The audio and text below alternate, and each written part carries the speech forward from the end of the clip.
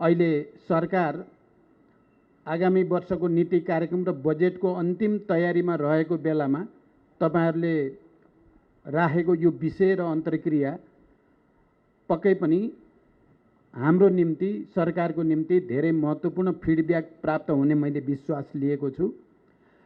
आज नेपाल राष्ट्र बैंकको यो परिसर भित्र आएर यो अधिवेशनको उद्घाटन गर्दै गर्दा र शुभकामना व्यक्त गर्दै गर्दा मैले विशेष खुशी र गर्व महसुस गरेको छु।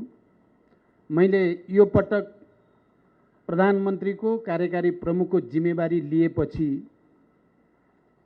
दुईटा कुरामा मैले अलि बढी फोकस गर्न खोजेको हो आर्थिक सुधारको निम्ति। एउटा मौद्रिक नीति निर्माता नेपाल राष्ट्र बैंक देशको केन्द्रीय बैंकसँग सरकारको सम्बन्धलाई कसरी सुमधुर बनाउन सकिन्छ, आफ्नो क्षेत्राधिकार र आफ्नो सीमाभित्रबाट एकअर्काको सहयोगी कसरी बनाउन सकिन्छ, अर्थात् मौद्रिक नीति र वित्तीय नीतिको बीचमा पूरकको सम्बन्ध परिपूरकको सम्बन्ध कसरी कायम गर्न सकिन्छ भन्नेतिर मेरो ध्यान थियो, छ अहिले पनि।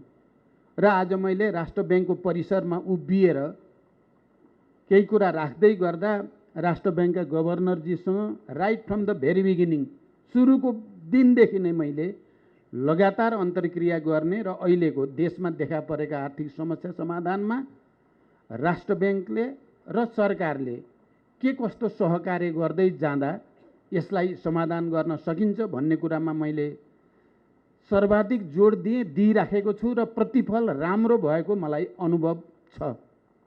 दोस्रो, मैले पहिलो बैठकदेखि नै क्याबिनेटको पहिलो बैठकदेखि नै सार्वजनिक क्षेत्र र निजी क्षेत्रको सहकार्यलाई अझ प्रभावकारी र परिणाममुखी बनाउन कसरी सकिन्छ भन्नेमा मेरो ध्यान थियो र यहाँसम्म आइपुग्दा सार्वजनिक र निजी क्षेत्रको सहकार्यको प्रक्रियामा पनि केही उल्लेख्य सुधार भएको मैले महसुस गरेको छु।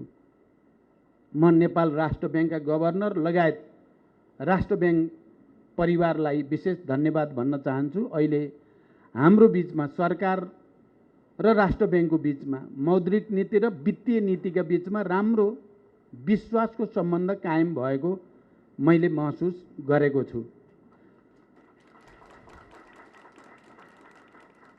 राष्ट्र बैंक केन्द्रीय बैंकका रूपमा एउटा भरपर्दो र विश्वसनीय संस्था नेपाली जनताले मान्छन्। यहाँ अहिले प्रस्तुत पनि भयो।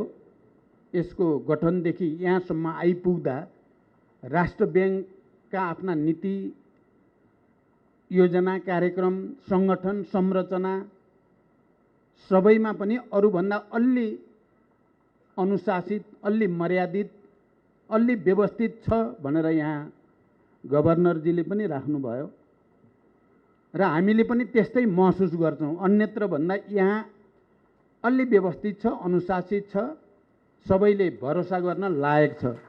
यसको लागि पनि म धन्यवाद भन्न चाहन्छु। अब म फेरि पनि विषयतिरै जान चाहन्छु। विश्वलाई नै आक्रान्त पारेको कोभिड-19 को महामारी र पछिल्लो समयको रुस युक्रेन युद्धबाट आपूर्तिमा आएको अवरोधले नेपालको अर्थतन्त्र र जनजीवनमा गम्भीर असर पर्न गयो। आर्थिक क्रियाकलाप सुस्त हुन गएकोले आर्थिक वृद्धि पनि अपेक्षा अनुसार हुने अवस्था रहेन। गत आर्थिक वर्षमा शोधान्तर घाटा उच्च रहेको थियो भने विदेशी विनिमय सञ्चिति न्यून स्तरमा झरेको थियो। सरकारले अर्थतन्त्रलाई सङ्कटतर्फ जानबाट रोक्न चालेका कदमहरूका कारण अहिले शोधान्तरमा केही उल्लेख्य सुधार आएको छ र विदेशी मुद्राको सञ्चिति पनि बढेको छ। त्यसैगरी तरलता र ब्याज दर लगायतका अन्य कतिपय परिसूचकहरूमा समेत सुधार आउँदै गएको छ। अब हाम्रो ध्यान अर्थतन्त्रका अन्य क्षेत्रका समस्या समाधान गर्दै दिगो आर्थिक विकास र समृद्धि हासिल गर्नेतर्फ केन्द्रित हुन जरुरी छ। यसअघि भइआएका र गरिआएका कामको निरन्तरताबाट मात्र हामी अघि बढ्न सक्दैनौँ। यहाँ विद्वान वक्ताहरूले अघि जति कुरा राख्नुभयो, नरबहादुरजीदेखि लिएर दिपेन्द्र बहादुरजी र योजना आयोगका उपाध्यक्षसम्म आउँदा त्यसले पक्कै पनि एउटा दिशानिर्देश त गरेकै छ र मैले बुझ्दाखेरि नरबहादुरजीले राखेको सबै कुरा त मैले पुरै भ्यू अझै पाएको छैन। म आशा गर्छु उहाँले ती बुँदाहरू जो चुनौतीको रूपमा र समाधानको उपाय भन्नुभएको छ त्यो लिखित रूपमा सरकारलाई दिन म अनुरोध गर्न चाहन्छु। र जहाँसम्म दिपेन्द्र बहादुरजीलाई म धेरै वर्ष पहिलेदेखि चिन्छु, सिधा सिधा र खरो बोल्ने र सफा बोल्ने उहाँको विशेषता नै छ। उहाँले आज पनि त्यही रूपमा राख्नुभयो। योजना आयोगका उपाध्यक्षसँग त म लगातार नै अहिले नीति योजना कार्यक्रम र बजेट निर्माणका सन्दर्भमा छलफल भइ नै राखेको छ। हरेक क्षेत्रमा रेडिकल रिफर्म भन्न मन पराउँछु आजकल म। आमूल सुधार, सामान्य सुधार होइन, आमूल सुधार र संरचनात्मक रूपान्तरणको आवश्यकता देखिएको छ। अल्प विकसित देशबाट विकसित देशमा स्तरोन्नति हुने, दिगो विकासका लक्ष्य पूरा गर्ने लगायतका विकास र समृद्धिको लक्ष्य हासिल गर्न राज्यका सबै अङ्ग, निजी क्षेत्र र सरकारवालाहरूले समन्वयात्मक पहल कदमी लिन जरुरी छ। हामीले राजनीतिक क्षेत्रमा पक्कै पनि महत्त्वपूर्ण परिवर्तन हासिल गरेकै हो, तर त्यसै मुताबिक जनताको आर्थिक सामाजिक स्तरमा परिवर्तन हुन सकेको छैन।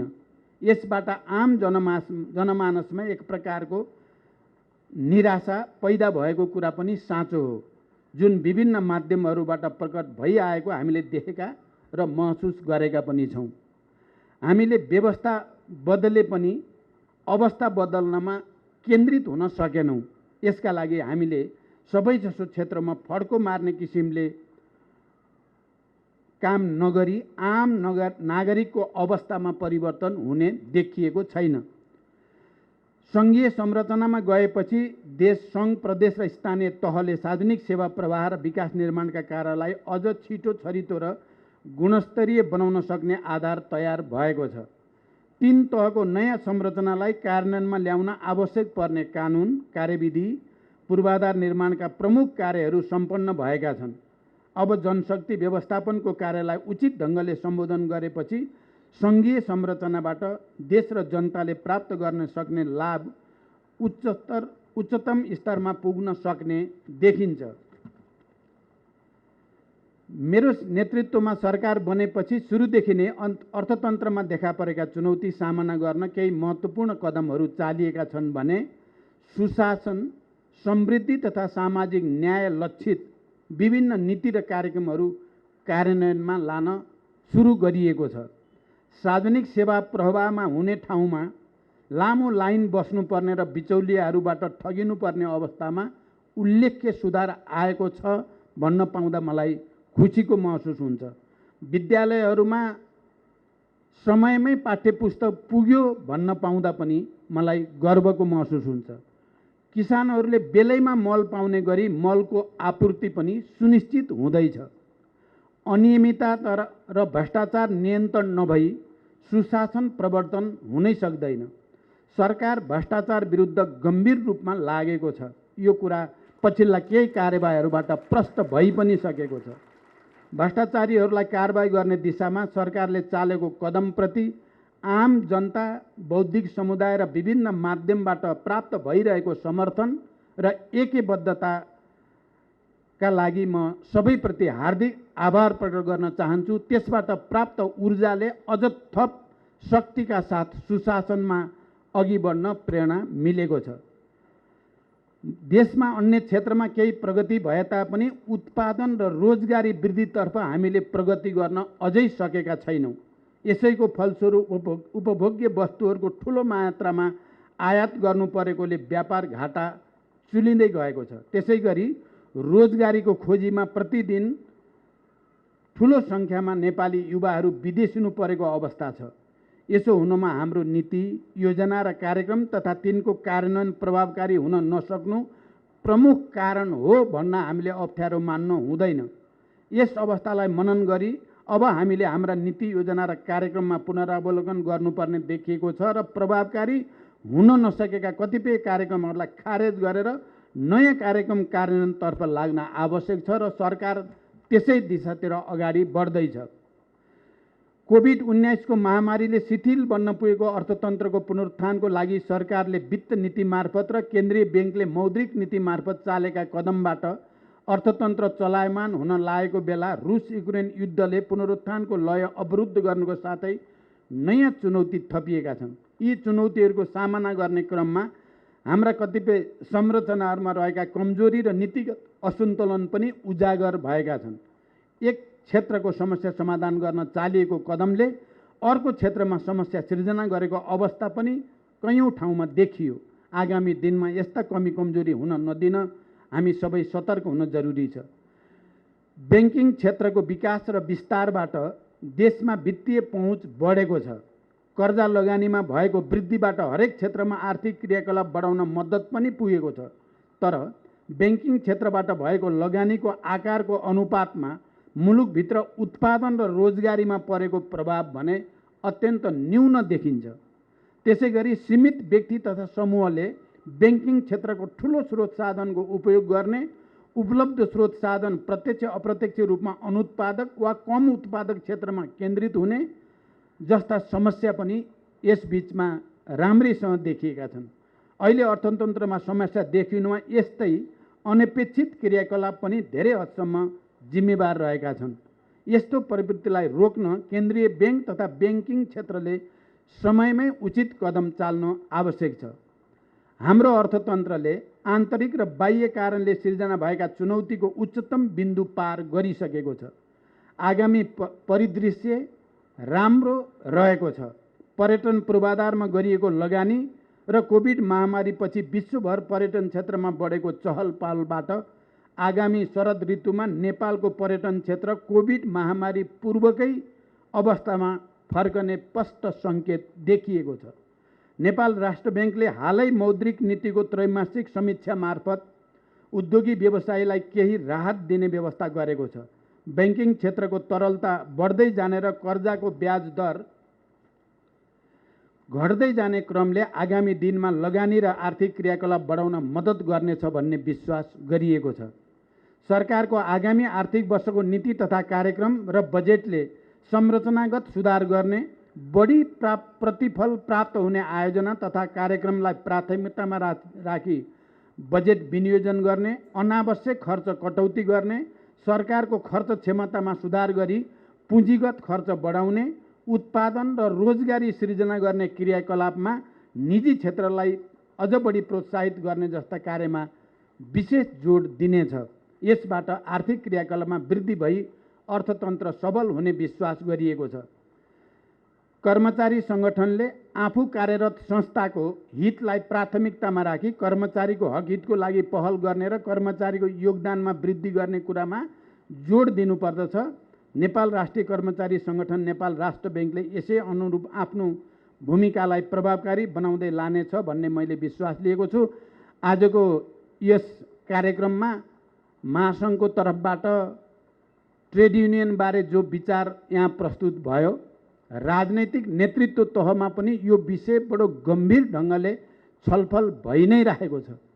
हामीले सुशासन प्रवर्धनमा कति योगदान गर्यौं, हरेक पार्टी पिछेका युनियनहरू हुँदा यसलाई बारको या स्टुडेन्टको या अरूको जस्ता गर्दा के होला, या कर्मचारीमा ट्रेड युनियन भन्ने कुरालाई नै बन्दै गर्दा के होला भन्ने बारेमा विभिन्न कोणबाट छलफल चलिरहेको छ र नेपालको विशेष सन्दर्भ हाम्रो ऐतिहासिक पृष्ठभूमि, यो राजनीतिक परिवर्तन, सामाजिक रूपान्तरणका क्रियाकलापमा राजनीतिक नेतृत्वसँगै कर्मचारी ट्रेड युनियनहरूले खेलेको भूमिकाको हाम्रो आफ्नै मौलिक विशेषता रहिआएको छ। त्यसकारण यसलाई निषेध गर्ने कुरा या यसलाई अलि एक्सट्रिममा गएर अराजकता चाहिँ अभिवृद्धि गर्ने दुवै कुराबाट बचाएर लान जरुरी छ। यहाँ जे सुझाव आएको छ म धन्यवाद भन्न चाहन्छु। अन्तमा म पुनः एकपटक नेपाल राष्ट्रिय कर्मचारी सङ्घ, नेपाल राष्ट्र ब्याङ्कको चौथो केन्द्रीय अधिवेशनको पूर्ण सफलताको कामना गर्दछु। धन्यवाद।